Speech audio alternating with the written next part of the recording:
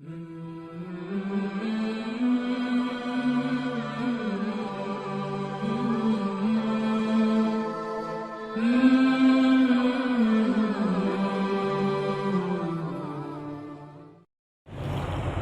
پارہ ہے سورۃ البقرہ، آیت نمبر 259 سے آگے پڑھیں گے۔ اعوذ باللہ من الشیطان الرجیم،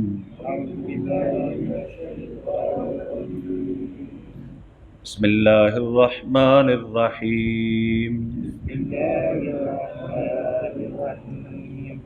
وَإِذْ قَالَ إِبْرَاهِيمُ رَبِّ أَرِنِي كَيْفَ تُحْيِي الْمَوْتَى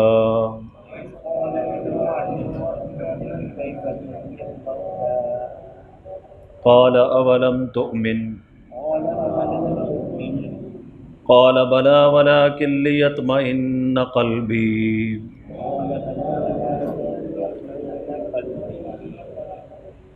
قال فخذ أربعة من الطير فصرهن إليك ثم اجعل على كل جبل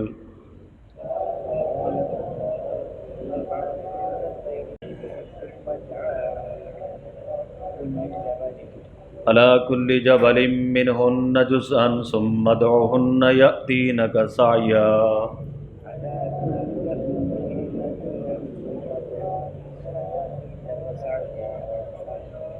وَاعْلَمْ أَنَّ اللَّهَ عَزِيزٌ حَكِيمٌ۔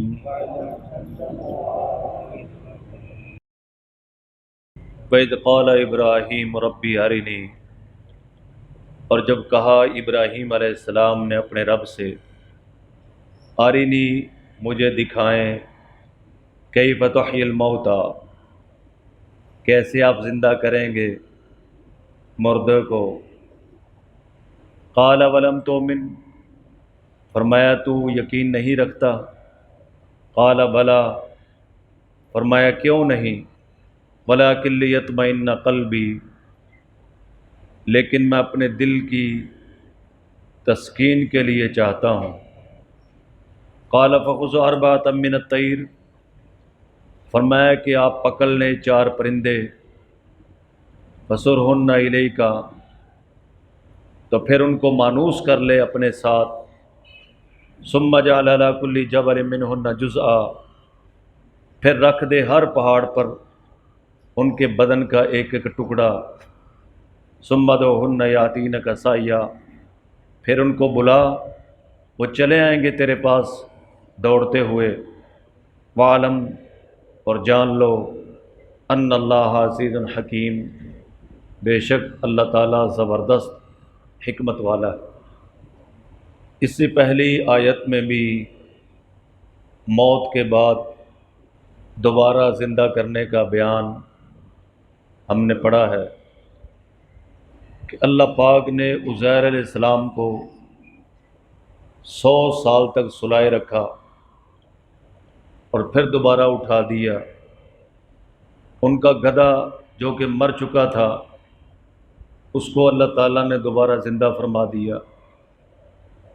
اس آیت میں سیدنا ابراہیم علیہ السلام کے واقعے کا بیان ہے کہ انہوں نے اپنے رب سے درخواست کی، وَإِذْ قَالَ إِبْرَاهِيمُ رَبِّ أَرِنِي كَيْفَ تُحْيِي الْمَوْتَى اور جب ابراہیم علیہ السلام نے اپنے رب سے کہا کہ مجھے دکھائیں آپ کیسے زندہ کریں گے مردے کو۔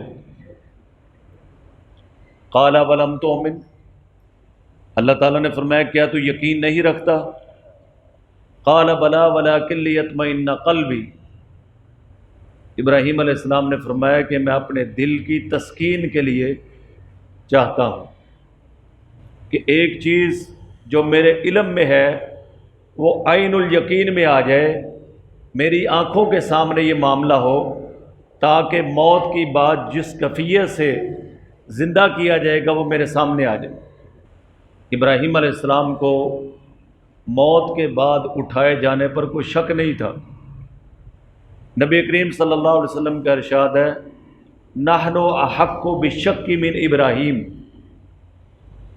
کہ اگر خدا نہ خواستہ ابراہیم علیہ السلام کو موت کے بعد اٹھائے جانے پر شک تھا تو پھر ہمیں اس سے زیادہ شک ہونا چاہیے۔ تو یقینی بات ہے نہ تو ابراہیم علیہ السلام کو شک تھا، نہ اللہ کے محبوب کو شک تھا، اور نہ ہی کسی مسلمان کو اس پہ شک ہے کہ موت کے بعد دوبارہ زندہ ہونا ہے۔ آمنت باللہ وملائکتہ وکتبہ ورسلہ والیوم الآخر والقدر خیرہ وشرہ من اللہ تعالی والبعث بعد الموت۔ موت کے بعد دوبارہ زندگی، اس پر ہر مسلمان کا ایمان ہے۔ تو ابراہیم علیہ السلام اس کیفیت کا مشاہدہ کرنا چاہتے تھے۔ اللہ پاک کے دوست تھے نا، ان کا لقب کیا ہے؟ خلیل اللہ، اللہ کا دوست۔ تو جن کو اللہ نے اپنا دوست بنایا ہے وہ دوستی میں ایسی بات کر سکتا ہے؟ اس کا یہ معنی تھوڑی ہے کہ نعوذ باللہ ان کو شک ہو گیا تھا۔ اللہ کے محبوب فرما رہے ہیں کہ اگر ان کو شک تھا تو پھر ہمیں اس سے زیادہ شک ہونا چاہیے۔ تو معلوم ہوا نہ ان کو شک تھا، نہ اللہ کے محبوب کو شک تھا، اور نہ ہی کسی مسلمان کو شک ہے کہ موت کے بعد ہر مسلمان نے، ہر جاندار نے دوبارہ زندہ ہونا ہے۔ تو فرمایا کہ وَلَٰكِن لِيَطْمَئِنَّ قَلْبِي قَالَ فَخُذْ أَرْبَعَةً مِّنَ الطَّيْرِ۔ اللہ تعالیٰ نے فرمایا کہ اچھا ایسے کرو، 4 پرندے لے لو۔ اب یہ 4 پرندے کون سے تھے؟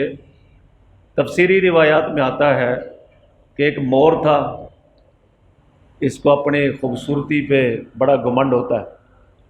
ایک کبوتر تھا، ایک مرغ تھا، مرغ میں شہوت زیادہ ہوتی ہے، اور ایک کوا تھا۔ کوا، کبوتر، مرغ اور مور۔ تو اللہ نے فرمایا کہ ان کو نہ اپنے پاس رکھو، ان کو اپنے سے مانوس کر لو، اچھی طرح ان کی پہچان کر لو۔ جیسے ہے نا کہ قربانی کا جانور ہو نا، تو اس کو کچھ دن پہلے لا کے رکھو تاکہ اس سے محبت ہو جائے، اس پہ چھری چلے تو دل پر بھی ذرا اثر ہو۔ تو اچھی طرح ان کو اپنے سے مانوس کر لو۔ تو ابراہیم علیہ السلام نے 4 پرندے لے لیے، ان سے اچھی طرح مانوس ہو گئے، ان کی پہچان ہو گئی، ان کی شناخت ہو گئی۔ اب اللہ نے فرمایا کہ ان کا ذبح کرو اور ان کا قیمہ بنا دو۔ یہ بھی کر دیا۔ تو پھر وہ مکس قیمہ، گوشت، کچھ حصہ ایک پہاڑ پہ رکھ دیا، کچھ دوسرے پہ، کچھ تیسرے پہ، کچھ چوتھے پہ۔ اب اللہ نے فرمایا ان کو بلاؤ۔ مثال کے طور پہ ابراہیم علیہ السلام نے پہلے مرغ کو آواز دی کہ مرغا آ جائے، تو ہوا میں اس کی گردن نمودار ہوئی، پھر اس کی ہڈیاں، پھر اس کا گوشت، وہ بالکل صحیح سلامت مرغ بن کے بانگے دیتا ہوا آ گیا۔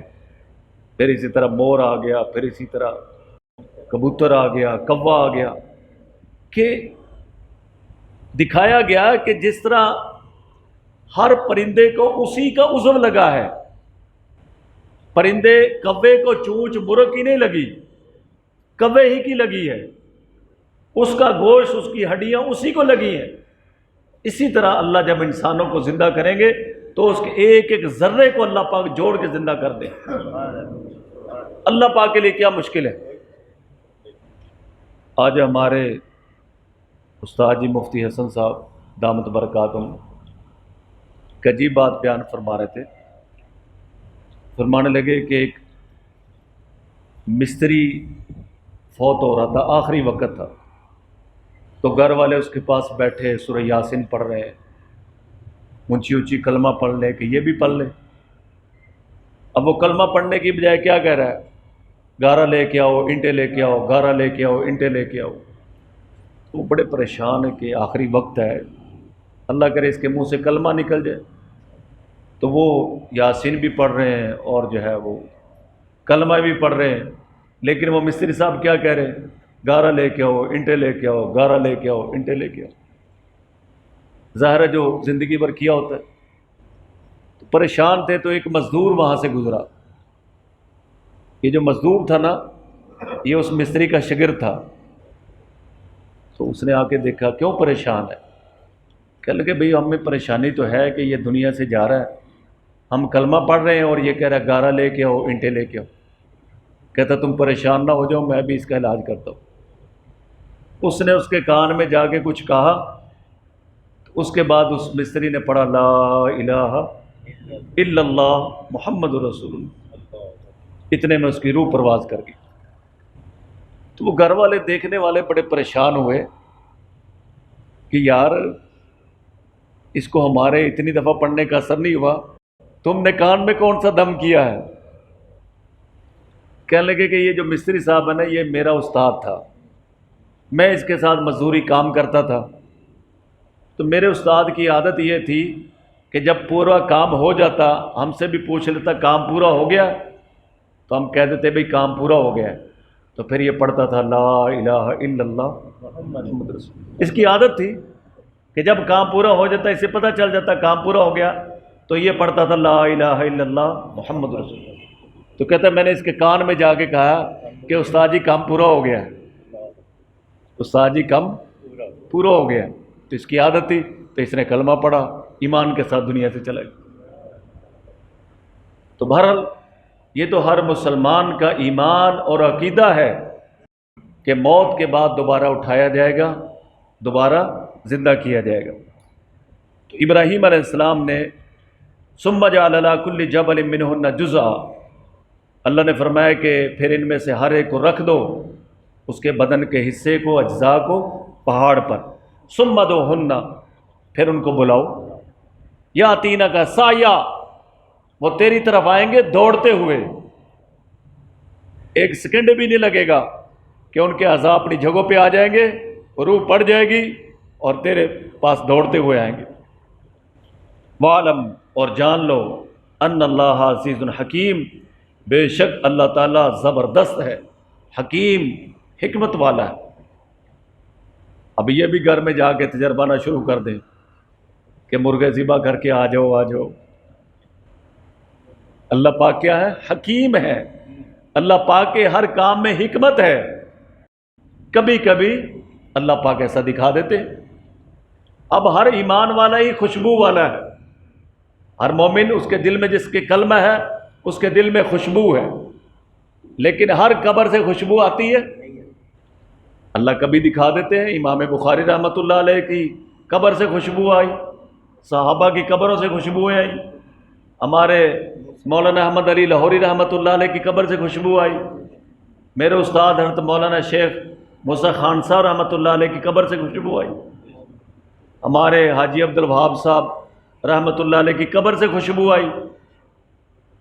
تو یہاں پہ ہمارے لیے سبق بھی ہے کہ ہم جن لوگوں کے ساتھ ہیں، جن لوگوں کے پیچھے چل رہے ہیں، اللہ نے ان کا جنتی ہونا ہمیں دنیا میں دکھا دیا، ان کا جنتی ہونا اللہ پاک نے دنیا میں ہمیں دکھا دیا۔ یہ تو آخرت میں فیصلے ہوں گے نا، کون جنتی ہے، کون کس رستے پہ جائے گا، لیکن ان کی قبروں سے خوشبوئیں آنا اس بات کی علامت ہے کہ الحمدللہ جن لوگوں کے رستے پہ ہم چل رہے ہیں، جن کے پیچھے چل رہے ہیں، وہ حق والے، وہ خوشبو والے۔ اللہ پاک ہمیں صحیح سمجھ نصیب فرمائے۔ دہرائیں مجھے